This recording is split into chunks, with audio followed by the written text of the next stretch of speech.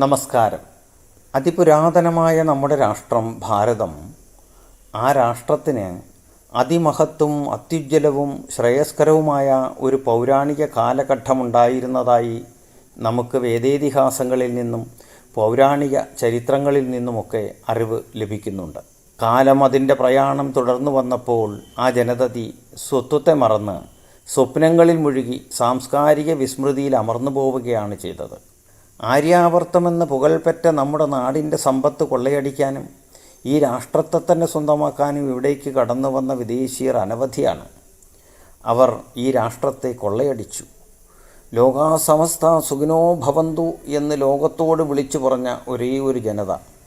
അജാതശത്രുവായി നിലകൊണ്ട ആ ജനതയെ അടക്കി ഭരിക്കാൻ അതിഭീകരമായ മർദ്ദനമുറകൾ അവർക്കുമേൽ ചൊരിഞ്ഞു. സത്യം, ധർമ്മം, ദയ, ശാന്തി ഈ ഗുണങ്ങളെല്ലാം മർദ്ദകര ഭയന്ന് ഓടിയൊളിച്ചു. ആത്മീയമായ അറിവ് ആശ്രമങ്ങൾക്കുള്ളിലൊളിച്ചു. ക്ഷേത്രങ്ങൾ പലതും കൊള്ളയടിച്ച് തകർക്കപ്പെട്ടു. ആത്മാഭിമാനവും ആത്മീയ ബോധവും ക്ഷാത്രവീര്യവും നഷ്ടപ്പെട്ട ഒരു ജനതയെ അവൻ്റെ സ്വത്വത്തിലേക്ക് ഉയർത്തിയെടുക്കുക എളുപ്പമായിരുന്നില്ല. എന്നാൽ ഈ സനാതനധർമ്മത്തെ മുൻപുണ്ടായിരുന്നതിലും ശ്രേയസ്കരമായി നിലനിർത്തേണ്ടത് ലോകനന്മയ്ക്ക് അത്യന്തം ആവശ്യമാണ് എന്ന തിരിച്ചറിവ് നേടിയ വ്യക്തികൾ അതിനുവേണ്ടി സ്വജീവൻ പോലും വെടിഞ്ഞ് സമാജത്തിൽ ആത്മീയ ഉത്കർഷത്തിനായി ഇറങ്ങി പുറപ്പെട്ടു. അങ്ങനെയുള്ള ധീരദേശാഭിമാനികളും ആത്മീയ ആചാര്യന്മാരുമടങ്ങുന്ന മഹാത്മാക്കൾ അനവധിയാണ്. ത്യാഗോജ്വലമായ അവരുടെ ജീവിതമാണ് ഇന്ന് നാം അനുഭവിക്കുന്ന സ്വാതന്ത്ര്യം. നമുക്ക് നന്മയാർന്ന ഒരു നല്ല ജീവിതത്തിനായി നമുക്ക് മുൻപേ നടന്നുപോയ ആത്മീയവും ക്ഷാത്രവീര്യവും നിറഞ്ഞ ആ മഹാത്മാക്കളുടെ ജീവിതത്തിലേക്കുള്ള ഒരു തിരുനോട്ടമാണ് പ്രബുദ്ധ ഭാരതം എന്ന ഈ വീഡിയോകളിലൂടെ ദേശസ്നേഹികളുടെ മുന്നിലേക്ക് എത്തിക്കാൻ ശ്രമിക്കുന്നത്. ഞാൻ പനയം രമേശ്. എല്ലാവർക്കും എൻ്റെ വിനീത പ്രണാമം. ലോകചരിത്രത്തിൽ ഭാരതത്തിന് സ്ഥിരപ്രതിഷ്ഠ നേടിക്കൊടുത്ത മഹാപുരുഷന്മാരിൽ മുൻപന്തിയിൽ നിൽക്കുന്ന ഋഷീശ്വരനാണ് ശ്രീനാരായണ ഗുരുദേവൻ. ഋഷീശ്വരൻ എന്നതിലുപരി സർവശക്തനും സർവവ്യാപിയും സർവജ്ഞനുമായ ഈശ്വരൻ എന്ന് വിളിക്കുന്നതായിരിക്കും കൂടുതൽ ഉചിതമായിട്ടുള്ളത്. ആ മഹാഗുരുവിലൂടെ ആവട്ടെ പ്രബുദ്ധ ഭാരതം എന്ന ഈ വീഡിയോ പരമ്പരയുടെ തുടക്കവും എന്ന് കരുതുകയാണ്. ആരായുകിലന്ധത്വമൊഴിച്ചാതിമഹസ്സിൻ നേരാം വഴി കാട്ടും ഗുരുവല്ലോ പരദൈവം. ആരാധ്യതനോർത്തിയിടുകിൽ ഞങ്ങൾക്കവിടുന്ന നാരായണമൂർത്തേ പരമാചാര്യ നമസ്തേ. മഹാത്മാക്കളുടെ തിരുപ്പിറവികൾ ഓരോന്നും ഓരോ മഹിതമായ ചരിത്രത്തിൻ്റെ പിറവികൾ കൂടിയാണ്. മഹർഷി അരവിന്ദനും സ്വാമി വിവേകാനന്ദനും ചട്ടമ്പിസ്വാമി തിരുവടികളും മഹാത്മാ അയ്യങ്കാളിയുമെല്ലാം സമാനതകളില്ലാത്ത ചരിത്രത്തിൻ്റെ പിറവിക്കാണ് തുടക്കമിട്ടത്. ശ്രീനാരായണ ഗുരുദേവൻ്റെ തിരുപ്പിറവിയും പുതിയ മാനവചരിത്രത്തിൻ്റെ പിറവിക്ക് തിരിതെളിച്ചു. എല്ലാ മഹാത്മാക്കളും അവർ ജീവിച്ചിരുന്ന ദേശത്തിൻ്റെയും സമൂഹത്തിൻ്റെയും കാലഘട്ടത്തിൻ്റെയും ആവശ്യങ്ങളെ നിവർത്തിക്കുവാനും വെല്ലുവിളികളെ ദൂരീകരിക്കുവാനും ആവശ്യമായ നൈതിക മൂല്യങ്ങളെ ഉയർത്തിപ്പിടിച്ചുകൊണ്ടാണ് ലോകസംഗ്രഹത്തിന് ഇറങ്ങിത്തിരിച്ചത്. അതുകൊണ്ടാണ് ഹിംസ കലശലായിരുന്ന തൻ്റെ കാലത്ത് അഹിംസാധർമ്മത്തിന് ശ്രീബുദ്ധൻ മുഖ്യത കൽപ്പിച്ചത്. ശ്രീനാരായണ ഗുരുദേവൻ ജീവിച്ചിരുന്ന കാലത്ത് ജാതിഭേദവും മതദ്വേഷവും വിശ്വാസ സ്വാതന്ത്ര്യമില്ലായ്മയും കലശലായിരുന്നു. അതിനാൽ ജാതികൾ തമ്മിലും മതങ്ങൾ തമ്മിലുമുള്ള വിവേചനത്തിൽ നിന്നും മത്സരത്തിൽ നിന്നും സമൂഹത്തെ മോചിപ്പിച്ച് വിശ്വാസ സ്വാതന്ത്ര്യമുള്ള സമൂഹത്തെ സൃഷ്ടിക്കാനാണ് ശ്രീനാരായണ ഗുരുദേവൻ കൂടുതൽ ശ്രദ്ധയൂന്നിയത്. അതിലേക്കുള്ള ആദ്യത്തെ മൗനാഹ്വാനമായിരുന്നു അരുവിപ്പുറം പ്രതിഷ്ഠയും അരുവിപ്പുറം സന്ദേശവും. ഓരോ ഗുരുക്കന്മാരും ഓരോ പുതിയ ചരിത്രത്തെ സൃഷ്ടിച്ചിട്ടുള്ളവരാണ്. നൈതികമായ മൂല്യങ്ങളുടെ പുനരാവിഷ്കരണവും ദൈവികമായ സത്തയുടെ പുനരാഖ്യാനവും ധാർമ്മികമായ ചര്യകളുടെ പുനർനവീകരണവും കൊണ്ട് അജ്ഞാനത്തിൻ്റെയും അനാചാരത്തിൻ്റെയും പിടിയിൽ നിന്നും മനുഷ്യവർഗത്തെ മോചിപ്പിച്ച് സമുദ്ധരിക്കാനാണ് അവരെല്ലാം സ്വജീവിതം സമർപ്പിച്ചത്. അതുകൊണ്ടാണ് ഗുരുക്കന്മാരെ ചരിത്രപുരുഷന്മാരെന്നും അവതാരമൂർത്തികളെന്നും നമ്മൾ വിശേഷിപ്പിക്കുന്നതും. ചരിത്രപരവും ധാർമ്മികപരവും ദാർശനികപരവുമായ ഈ മനുഷ്യവർഗോദ്ധാരണത്തിൻ്റെ സമഗ്രത അറിയാത്തവരാണ് ഇതിലൊന്നിനെ മാത്രം ഉയർത്തിപ്പിടിച്ച് അതാണ് മറ്റുള്ളവയേക്കാൾ ശ്രേഷ്ഠമെന്ന് വാദിക്കുന്നതിനും സ്ഥാപിക്കുന്നതിനും ഒരുമ്പെടുന്നത്. തിരയെ മാത്രം കണ്ടിട്ട് കടലിനെ വ്യാഖ്യാനിക്കുന്നത് പോലെയാണ് അത്. ഇത്തരത്തിൽ ബോധത്തിൽ സുഷിരം വീണ ചിലരെയും ചിന്തയിൽ പൂപ്പൽ ബാധിച്ചവരെയും തിരുത്തിയെടുക്കുക ദുഷ്കരമാണ്. കാരണം അവർ ഒരിക്കലും തിരുത്തലിന് വിധേയമാകാറില്ല. ഇത്തരക്കാർ അറിയാനും പറയാനും ശ്രമിക്കുന്നത് സാമൂഹ്യപരിഷ്കർത്താവായ ഗുരുവിനെപ്പറ്റി മാത്രമാണ്. അഷ്ടാംഗമാർഗങ്ങളും പഞ്ചശീലതത്വങ്ങളും ധർമ്മപദവും അറിയാതെ ഭഗവാൻ ബുദ്ധനെ അറിയാനാകില്ല. ഗാന്ധിജിയെക്കുറിച്ച് അറിയണമെങ്കിൽ സ്വാതന്ത്ര്യസമര ചരിത്രത്തെക്കുറിച്ചറിയണം. ജാലിയൻ വാലാബാഗും ക്വിറ്റ് ഇന്ത്യ പ്രസ്ഥാനവും തുടങ്ങിയ ചരിത്രമറിയണം. അല്ലാത്തവർക്ക് ഗാന്ധിജി തലയിൽ മുടിയില്ലാത്ത ഒരു അപ്പൂപ്പൻ മാത്രമാണ്. അതുപോലെ ഗുരുവിരചിതങ്ങളായ ദാർശനിക കൃതികളും അനുശാസനാകൃതികളും സ്തോത്രകൃതികളും തത്വസംഹിതകളും ശ്രീനാരായണ ധർമ്മവും അറിയാതെ ശ്രീനാരായണ ഗുരുവിനെയും അറിയാനാവുകയില്ല എന്നതാണ് യാഥാർത്ഥ്യം.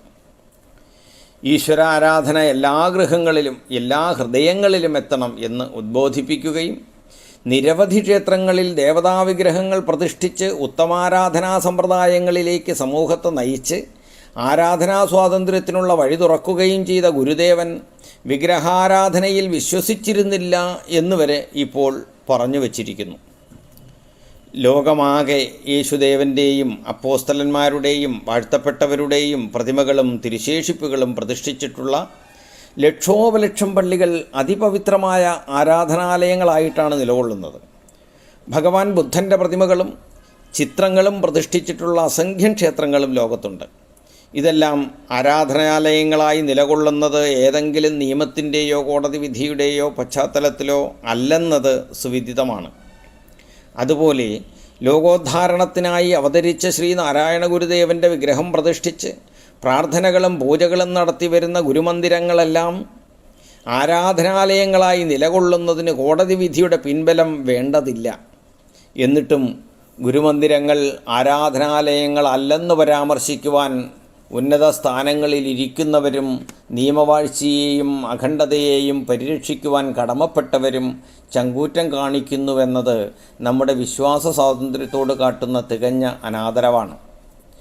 ഈ ലോകത്തെ ഏതെങ്കിലും ഒരു വിഭാഗത്തിൻ്റെ ക്ഷേമ ഐശ്വര്യങ്ങളായിരുന്നില്ല ഗുരുവിൻ്റെ ലക്ഷ്യം.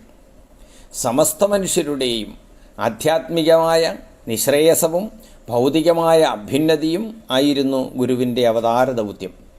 ആധ്യാത്മിക ഗുരുവായാണ് സമൂഹമധ്യത്തിലേക്ക് ഇറങ്ങി വന്നതെങ്കിലും ഈ രാജ്യത്ത് സാമൂഹ്യ പരിഷ്കരണം നടത്തി വിപ്ലവം സൃഷ്ടിച്ചൊരു മഹാപുരുഷനായിട്ടാണ് ഗുരുവിനെ സാധാരണ ജനങ്ങൾക്ക് അനുഭവപ്പെട്ടത്.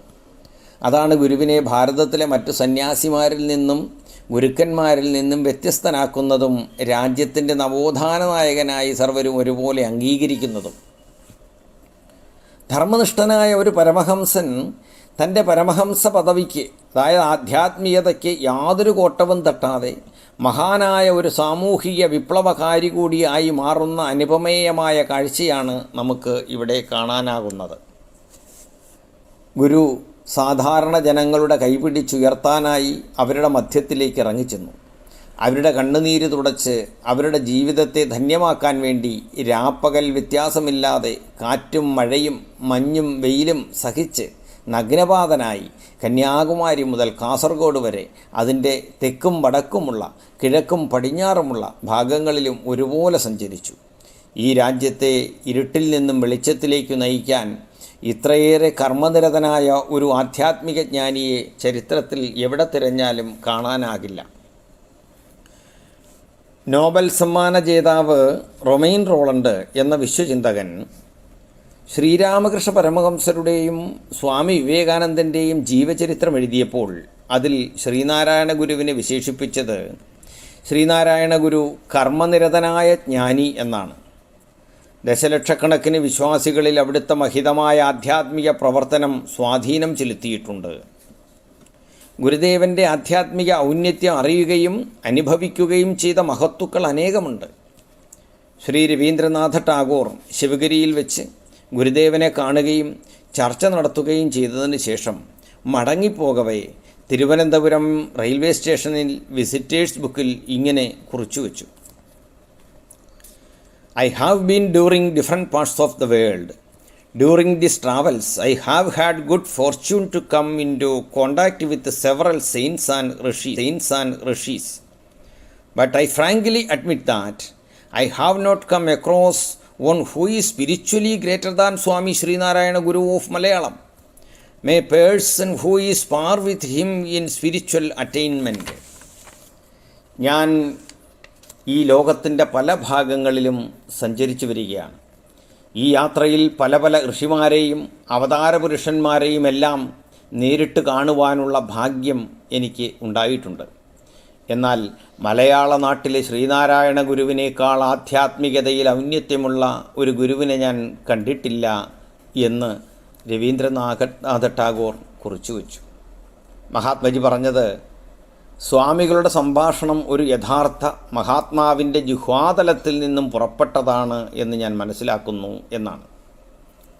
ശ്രീ രമണ മഹർഷി ശ്രീനാരായണ ഗുരുവിനെക്കുറിച്ച് ഇങ്ങനെയാണ് പറഞ്ഞത്: അവർ പെരിയോറുകളാണ് എന്ന്. ഒരു നൂറ്റാണ്ടിനിടയിൽ ഭാരതത്തിൽ പിറവികൊണ്ട അവതാരമൂർത്തികളിൽ ഒരാളായി ഗണിക്കപ്പെടുന്ന മഹാത്മാവാണ് ശ്രീനാരായണ ഗുരു എന്ന് ആചാര്യ വിനോബ ഭാവെയും പറയുകയുണ്ടായി. ആരാലും പൂജ്യനീയ സ്ഥിതി പുലരുമുഷസന്ധ്യതാന്താനിതാ നേർക്കാരാധിക്കുന്നു നാരായണ ഗുരുവിൻ ജന്മതാരോത്സവത്തെ എന്ന് പാടിയത് മഹാകവി വള്ളത്തോളാണ്. ഞാൻ ദൈവത്തെ മനുഷ്യരൂപത്തിൽ കണ്ടു എന്ന് പ്രമുഖ പാശ്ചാത്യ ചിന്തകനും പുരോഹിതനുമായിരുന്ന ദീനബന്ധു എന്ന അപരനാമത്തിൽ അറിയപ്പെടുന്ന CF ആൻഡ്രൂസും വെളിപ്പെടുത്തിയിട്ടുണ്ട്. 1922 മഹാകവി ഉള്ളൂർ S. പരമേശ്വരയ്യർ ഗുരുസ്വാമികളെ ദർശിക്കാനായി ശിവഗിരിയിലെത്തി. കവിത്രയങ്ങളിൽ ഒരാളായ ശ്രീ പരമേശ്വരയ്യർ തൻ്റെ സാഹിത്യരചനയിലൂടെ മലയാളക്കരയാകെ പ്രസിദ്ധി നേടിയിരുന്നു. ഗുരുദേവനുമായി കൂടുതൽ സമയം ആധ്യാത്മിക വിഷയങ്ങളും സാമൂഹ്യ വിഷയങ്ങളും ഒക്കെ ചർച്ച ചെയ്തു. ഉച്ചയോടുകൂടി ഉള്ളൂർ മടക്കയാത്രയ്ക്കൊരുങ്ങി. ഗുരുദേവൻ അറിയിച്ചു: മധ്യാഹ്നമായി, വിരോധമില്ലെങ്കിൽ യാത്ര ഭക്ഷണത്തിന് ശേഷമാകാം. ആഢ്യബ്രാഹ്മണനായ ഉള്ളൂർ ആശ്ചര്യത്തോടെ ഗുരുദേവനെ നോക്കി. ആ മുഖത്തു നോക്കി വേണ്ട എന്ന് പറയുവാൻ അദ്ദേഹത്തിന് കഴിഞ്ഞില്ല. ഗുരുദേവനൊപ്പം നിലത്തു വിരിച്ച പായയിൽ ചമ്രം പെടിഞ്ഞിരുന്നു ഉള്ളൂർ. തീയ സമുദായങ്ങളായ പറയരും പുലയരുമൊക്കെ ഭക്ഷണം പാകം ചെയ്യാനും വിളമ്പാനും ഒന്നിച്ച് ഭക്ഷണം കഴിക്കാനും ഒപ്പമുണ്ടായിരുന്നു. ഉപ്പേരി, തോരൻ, അവിയൽ അങ്ങനെ വിഭവങ്ങൾ നിരന്നു. പപ്പടം വിളമ്പുമ്പോൾ ഗുരുദേവൻ എല്ലാവരോടുമായി പറഞ്ഞു: ആരും പറയാതെ പപ്പടം പൊട്ടിക്കരുത്, നമുക്ക് ഒന്നിച്ചു പൊട്ടിക്കാം. ഉള്ളൂർ കരുതി ഇവിടുത്തെ രീതി അങ്ങനെയായിരിക്കും എന്ന്. എല്ലാവർക്കും വിളമ്പിയ ശേഷം ഗുരുദേവൻ പറഞ്ഞു: ഇനി പപ്പടം പൊട്ടിക്കാം. എല്ലാവരും പപ്പടം പൊട്ടിച്ച് ചോറിൽ ചേർത്ത് ഭക്ഷണം തുടങ്ങി. ഗുരുദേവൻ മഹാകവിയോട് ചോദിച്ചു: എന്താ പരമേശ്വര, പൊടിഞ്ഞോ? ഗുരുദേവൻ ചോദിച്ചത് ഉള്ളൂരിൻ്റെ ഉള്ളിൽ അവശേഷിച്ചിരുന്ന തൊട്ടുകൂടായ്മ എന്ന മായിക കുമിള പൊടിഞ്ഞോ എന്നാണെന്നറിയാൻ പണ്ഡിതനായ ഉള്ളൂരിന് ഏറെ ചിന്തിക്കേണ്ടി വന്നില്ല. മറുപടിയായി ഉള്ളൂരിൻ്റെ മുഖത്തൊരു മന്ദഹാസം വിടർന്നു. ഭക്ഷണം കഴിഞ്ഞ് അല്പവിശ്രമത്തിന് ശേഷം പോകാൻ യാത്ര ചോദിച്ച ഉള്ളൂർ ഒരു പ്രാർത്ഥന എഴുതി ഗുരുപാദങ്ങളിൽ സമർപ്പിച്ചു. ഹൃദയവും കണ്ണുമുടയോരേ കേൾപ്പിൻ, ഉദയം ചെയ്തുപോയി നവീനമാം യുഗം, അതിനിണങ്ങാത്ത പഴമയൊക്കെയും പതിച്ചിടട്ട പോയി പടുകുഴിക്കുള്ളിൽ. ഹൃദയവും കണ്ണുമുടയോരേ കേൾപ്പിൻ, ഉദയം ചെയ്തുപോയി നവീനമാം യുഗം, അതിനിണങ്ങാത്ത പഴമയൊക്കെയും പതിച്ചിടട്ട പോയി പടുകുഴിക്കുള്ളിൽ. ഒരു മതം മതി ഇനി പരസ്നേഹം, ഒരു വർഗം മതി മനുഷ്യസഞ്ജകം, ഒരു രാഷ്ട്രം മതി ധരാതലം, നമുക്കിനി ഒരു ദൈവം മതി ഹൃദിസ്ഥിതം ദീപം. ആ മഹാകവി ഗുരുദേവനിൽ നിന്നും പ്രേരണ ഉൾക്കൊണ്ടാണ് തൻ്റെ പ്രസിദ്ധമായ പ്രേമസംഗീതം എന്ന കവിത രചിച്ചത്. ആ ഗുരുവിൻ്റെ പ്രകാശത്തെ ഉള്ളൂർ ഇങ്ങനെ വർണ്ണിച്ചിരിക്കുന്നു: ഒരൊറ്റ മതമുണ്ടുലകിന്നുയിരാം പ്രേമമതൊന്നല്ലോ, പരക്കെ നമ്മെ പാലമൃതൂട്ടും പാർവണ ശശിബിംബം. ഭക്ത്യനുരാഗതയാദിവപുസ്സ പരാത്മചൈതന്യം, ഫലമട്ടേന്തി പാരിതിലെങ്ങും പ്രകാശമരുളുന്നു. ആ മഹാത്മാവിൻ്റെ അവദാനങ്ങൾ അവസാനിക്കുന്നതല്ല. ശ്രീനാരായണ ഗുരുദേവൻ്റെ അവദാനങ്ങൾ അടുത്ത ഭാഗത്തിൽ നമുക്ക് തുടരാം. അതുവരെ എല്ലാവർക്കും നന്ദി, നമസ്കാരം.